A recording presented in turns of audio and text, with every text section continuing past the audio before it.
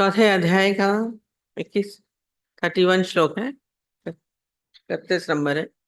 हे कुरुक्षेत्र अर्जुन, यज्ञ से बचे हुए अमृत का अनुभव करने वाले योगी जन सनातन पर ब्रह्म परमात्मा को प्राप्त होते हैं, और यज्ञ न करने वाले पुरुष के लिए तो यह मनुष्य लोक भी सुखदायक नहीं है।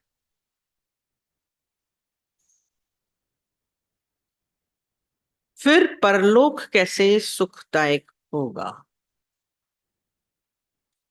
अब जो इसमें कुरुक्षेत्र अर्जुन को कृष्ण बोल रहे हैं, क्या बोल रहे हैं कि यज्ञ से बचे हुए अमृत का अनुभव करने वाले। अब यज्ञ हमारे कौशन भी बोला, हम लोगों के अंदर में कॉन्सेप्ट आता है कि जो अग्नि जला के विदा डाल के हम डालते हैं सामग्री, तो ये हवन है। अग्निहोत्र करना ये हवन है, ये बाहर का है। पर यहाँ पे जो यज्ञ की स्थिति आती है, यज्ञ से बचे हुए अमृत, ये यज्ञ से बचा हुआ अन्न अलग अलग तरीके से। देखिए हमारे यहाँ हिंदुओं में चलन है, आप सुबह उठ के क्या करते हैं? चिड़ियों को खिला के आएंगे, तो खिलाएंगे। ये सब क्या सिखाया है? पूरी प्रकृति भी क्या करती है? दूसरों को देती। जो सही तरीका है, आजकल बच्चों को नहीं सिखा रहे हैं। यज्ञ करना माने जब हमारा जो भी कार्य है वो दूसरों के हित में हो। सुबह से लेके आज तक आप दूसरों के हित में, दूसरों को खिला के खाना यज्ञ है। अपना ठूस लिया था नहीं। हम तो चिड़ियों को भी देखते थे, वो अपना खाती है, उन्हें पानी वो नीचे गिरा देती थी, दूसरी चिड़िया आके खाती थी। मुर्गी को भी कहते हैं, वो उड़ाती है कि दूसरा खाए, दूसरे जीव आके खाए। हम तो जीवों को भी देखते हैं, उनके अंदर भी ये भाव है कि वो दूसरों के लिए पहले डालती है। तो यहाँ पे ये मोटे अर्थों में जो यज्ञ है, एक तो वो है, दूसरा क्या है? दूसरों को दे करके खाना। तो कहते हैं अपने आदरणीय लोगों को, इसलिए हमारे यहाँ क्या करते हैं, भोग लगाते हैं। भगवान को भोग लगा दो, गुरु को पहले दिया जाता है। पहले गुरु को पहला कार्ड आता है, आपके लिए लाए हैं जी, गुरु को तो पहला कार्ड दिया जाए मंदिर में चढ़ाने के। आजकल कार्ड की परंपरा खत्म हो गई है, आजकल तो व्हाट्सएप करते हैं। पर कहते हैं थोड़े कार्ड तो बनाते हैं अपने आदरणीय लोगों को देने के लिए, बड़े लोगों को देने के लिए। माना देना, देने का यज्ञ मीन्स दे करके। जो भी कुछ आपका है वो दूसरों के हित में हो। खाली खाना ही नहीं, पूरा जीवन आप दूसरों के हित में दें, दूसरों को प्रसन्नता दें, दूसरों को आनंद दें, दूसरों को सेवा कर सकें।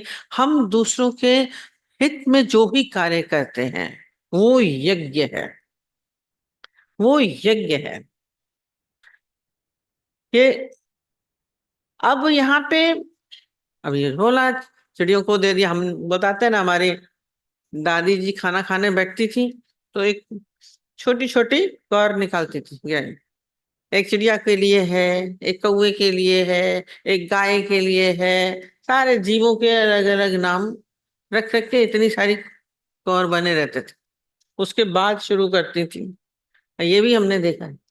अब वो उनको क्या खिलाना, पर ये क्या है, दूसरों को खिला के पहले खाया। थाली में से पहले शुरू करा खाना, पहले दूसरों को दिया जीवों को। हम तो ये बोलते हैं, वो तो आप इस बड़ी कंजूसी से छोड़ देते हैं, चला के है। पर आपका यज्ञ ये होना चाहिए कि आपके आसपास भंडारे लगने चाहिए, दूसरों के हित में। आप अकेले क्यों खाते हैं? थाली लेके अकेले खाया, चले गए, ठूस लिया, हम तो कहते हैं ऐसे। प्रेम होगा तभी कर सकते हैं। यज्ञ कब होता है? प्रेम से होता है। आपका किससे प्रेम है? आपका अपने घर में चार बंदों से भी प्रेम नहीं होता है, दूसरे लोगों से कहाँ से प्रेम होगा? हम बोलते हैं, गीता में लिखा है, नौ नौ लोगों को खिलाइए खाइए। नौ में कहते खाएंगे कैसे? आप खिलाइए, एक मैरी भी नहीं खाएगी जल्दी सबसे। नौ लोगों को करना मतलब उसको आपको प्रेम करना पड़ेगा, तब वो आपके पास बैठ के खाएगा, नहीं तो नहीं खाएगा। खाएगा। यज्ञ हमारे जीवन नहीं होता है, तो माने उससे पहले, यज्ञ करने से पहले आपके भीतर प्रेम उपजना चाहिए। जब प्रेम होगा तो यज्ञ संभव हो सकता है। दूसरों के हित में जीवन जाए, हर चीज हमारी, तो क्या होगा? तब आपको आनंद की अनुभूति। ये जो अमृत बोलना है, यज्ञ से बचे हुए अमृत का अनुभव, ये अमृत क्या है? ये आनंद है। अमृत वो नहीं है कि जो हमको मिलेगा और हम अमर हो जाएंगे। ये अमृत है, आनंद की अनुभूति होती है। बोला ना, इसीलिए प्रेम में बहुत ज्यादा अनुभूति है, आनंद की अनुभूति। और और गहराई में जाइए तो प्रेम में क्या होता है? हम खो जाते हैं, हम खो जाते हैं प्रेम में। बड़ा आनंद आया, तो मजा किस में है? होने में। तो जहां प्रेम होता है वहां यज्ञ हो जाता है, और उस यज्ञ में क्या है? आप खो गए, माने आपने स्वयं को सुहाग कर दिया। जब स्वयं को सुहाग किया है तो आनंद की अनुभूति हुई। जहां प्रेम होता है बड़ा मजा आता है। बैठे हैं, हम गुम हो जाते हैं। तो यज्ञ से बचे हुए अमृत का अनुभव करने वाले योगी जन सनातन परब्रह्म परमात्मा को प्राप्त होते हैं। माने क्या है? आप जब उस प्रेम में क्या हुआ, जब स्वाहा हो गए, डूब गए, अब क्या हो गए आप? अब आप नहीं बचे। बोला, आप नहीं बचे, अब क्या बन गया? वही बच गया, पार ब्रह्म जो सत्य है, जो परमात्मा है। हम अक्सर ही बोलते हैं कि इसमें अर्पण करना है अपना। किसका अर्पण करना है? मैं का, इस अहंकार को अर्पण करिए स्वाहा। अपनी, अभी से पहले चला था, अपनी सारी कामनाओं को क्या करिए? स्वाहा। हमारे भीतर ये दुख का कारण क्या होता है? हमारे भीतर की अपनी कामनाएं, हमारा अपना अहंकार। तो इस कारण आप क्या होते हैं? उस आनंद से वंचित हो जाते हैं। पर यदि आपके भीतर कोई कामना नहीं है, आपके भीतर अहंकार नहीं है, तो आपके भीतर आप हर समय आनंदित रहेंगे। तो यज्ञ करना है किसका? अपनी कामनाओं का, इच्छाओं का, कामनाओं का। कोई वासना आपके भीतर न रहने पाए, स्वाहा करते जाइए। जैसे ही उठे, उठ, माने स्वाहा माने खत्म हो जाना। तो यज्ञ इसका करना है। बाहर से हर चीजें डाल दी तो सब यज्ञ हो गया? नहीं। जो अहंकार रहित होके फिर आप जो भी क्रिया करेंगे वो सब हवन हो जाएगी, यज्ञ हो जाएगा। क्योंकि आप नहीं रहेंगे, मैं माने मैं की उपस्थिति नहीं रहेगी। तो आप नहीं कर रहे हैं कुछ भी, कौन कर रहा है? वो कर रहा है। दैट वो परम स्थिति है। यज्ञ ये सारा समय, मैंने बोला ना, ज्ञानी का जीवन यज्ञमय होता है। गीता बहुत गहराई में ले जाने वाली होती है। इस अहंकार शून्यता, जब आपके भीतर मैं का भाव होगा, तब आपका सब कुछ जो भी आप काम कर रहे हैं, फिर आपका अपने लिए भी। दादाजी बोलते थे, मैं खा नहीं रहे हूँ, खिला रहा हूँ। और कई खिलाने में बहुत अच्छा लगता है। बच्चे को खिला के माँ को अच्छा लगता है कि नहीं लगता है? अच्छा लगता है। दूसरे को खिला के आपको आनंद की अनुभूति होती है। जीव को खिलाइए, गाय को क्यों खिलाते हैं? अच्छा लगता है। जीव को खिलाइए, आपको अच्छा लगेगा। हम तो सबको बोलते हैं, हम खिलाते हैं हम किसी जीव को, हमें बहुत मजा आता है। क्यों? उसमें लिखा है गॉड फीड्स द वर्ल्ड।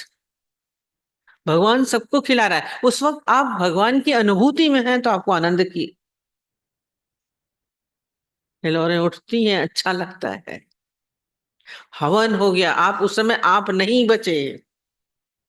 इस अहंकार का हवन, अपनी क्रियाओं को सारा समय जब आप डालते रहेंगे तो क्या हो जाएगा? पवित्रता भी आएगी।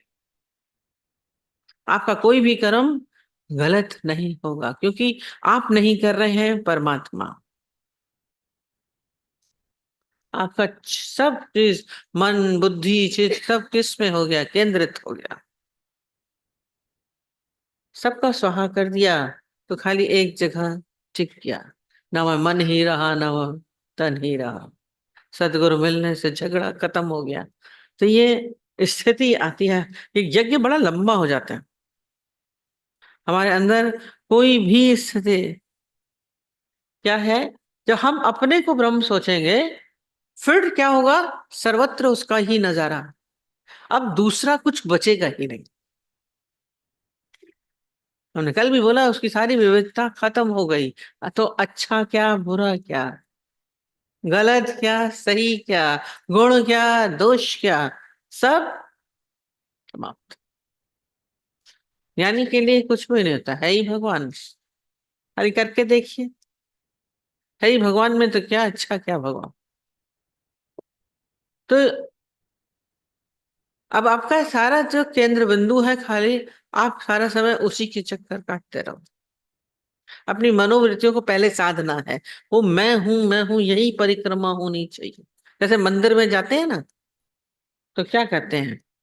भाई परिक्रमा लेते हैं जरूर। एक जगह हमने बोला क्या जरूरत, अरे परिक्रमा के बिना थोड़ी ना दर्शन अधूरा है। एक ने बोला, मैं थक गए हैं, परिक्रमा नहीं करेंगे, इतना बड़ा चक्कर काटे। कहते फिर तो अधूरा हो जाएगा दर्शन, परिक्रमा तो काटनी है। हमने कहा ये परिक्रमा जरूरी है? मैंने हाँ। तो ये परिक्रमा यहाँ की है। भीतर जो मैं स्वयं परमात्मिक स्वरूप हूँ, इस आपका जो अहंकार, इसी के चक्कर काटे, वही है वही है। ये परिक्रमा होती है। ये होगी तो वो अनुभूति होगी, धीरे धीरे उस स्थिति में आएगा। जीवन का आनंद तभी आता है। योगी जन सनातन परब्रह्म परमात्मा को प्राप्त होते हैं। तभी बोला दर्शन पूरा होगा, परिक्रमा से दर्शन पूरा होगा। हमें तो उस समय लैंग्वेज तो ऐसे ही लगी थी, पर वो दर्शन ये है। वो दर्शन बाहर का नहीं। बाहर से दर्शन करते हैं, हमारा दर्शन पूरा होता है जब मैं उसी के ही इर्द गिर्द घूमते रहे कि वही है, मैं नहीं हूँ। ये परिक्रमा चलेगा, पार ब्रह्म परमात्मा को प्राप्त हो जाते हैं। फिर वही, तो वही जाना तो ही हो जाए। अब बोला, और यज्ञ न करने वाले पुरुष के लिए तो यह मनुष्य लोक भी सुखदायक नहीं है, फिर परलोक कैसे सुखदायक होगा? अब ये लोक परलोक क्या है, बड़ी मुश्किल हो जाती है। परलोक हम क्या समझते हैं? जो मरने के बाद मिलता है ना, परलोक क्या है? यह लोक और परलोक की बात चलती है। यह लोक होता है जो इस लोक में हम रह रहे हैं। परलोक होता है जब मरने के बाद हो। मरना आता है फिर दिक्कत है। फिर मृत्यु क्या है? उसका बोल रहे हैं परलोक नहीं है। मृत्यु क्या है? परलोक तो तब होगा जब मृत्यु होगी, तभी परलोक होगा। अब परलोक कहाँ से आया? आपने सोचा कभी? ज्ञानी के लिए कल हमने बोला, no sin no sickness no death. उन्होंने सिन पूछा था, तो दादाजी की पॉइंट आती है, मृत्यु है ही नहीं। किसकी मृत्यु होती है? किसकी मृत्यु होती है? आपकी? हाँ, पर सुना हुआ है, बहुत अच्छा। तो भय किसके होता है, मैं मर जाऊंगा? सबसे बड़ा भय लगता है मर ना जाए, भले बोले कि हाँ भगवान उठा लो, उठाते समय हालत खराब हो जाती है। वो हम कितनी बार वाला दृष्टांत बताते हैं। एक बहुत गरीब लकड़हारा था, वो लकड़ी काटता था और जाता था जंगल में काटने के लिए। और वो जब एक दिन जा रहा था तो वो बहुत थक गया, तो बुढ़ापा आ रहा था। कहता क्या है बुढ़ापे में भी इतना सब हमें लकड़ी काटनी पड़ती है, इतना काम करना पड़ता है। शरीर चल नहीं रहा था, बड़ी मुश्किल से उसका वो गट्ठर उठा के उसने सर पे रखा और चलने लगा। जब चलने लगा तो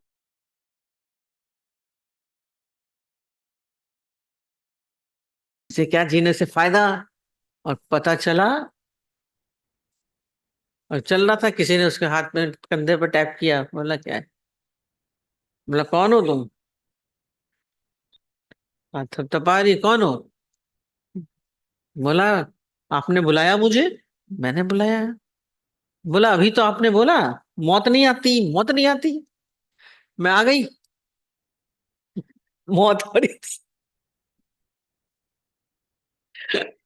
बोली मौत खड़ी है, घबरा गया।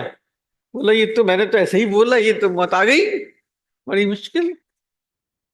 बोली हाँ हाँ, बोला मैंने बुला रहा था, बुला रहा था। बोला क्यों, मैं अकेला था, ये लकड़ी का गट्ठर उठ नहीं रहा था मेरे से। मैंने मौत आएगी तो उठा के दे देगी, ये गट्ठर हमको उठा के ठीक से रख दो मेरे सर पे। ये देखिए, मौत से सब घबराते हैं। ये लोग सुखी परलोक सुखी, परलोक क्या है, मरने के बाद के सुख करने के पीछे पड़े। पर ज्ञानी तो बोलता है कि मृत्यु ही नहीं है,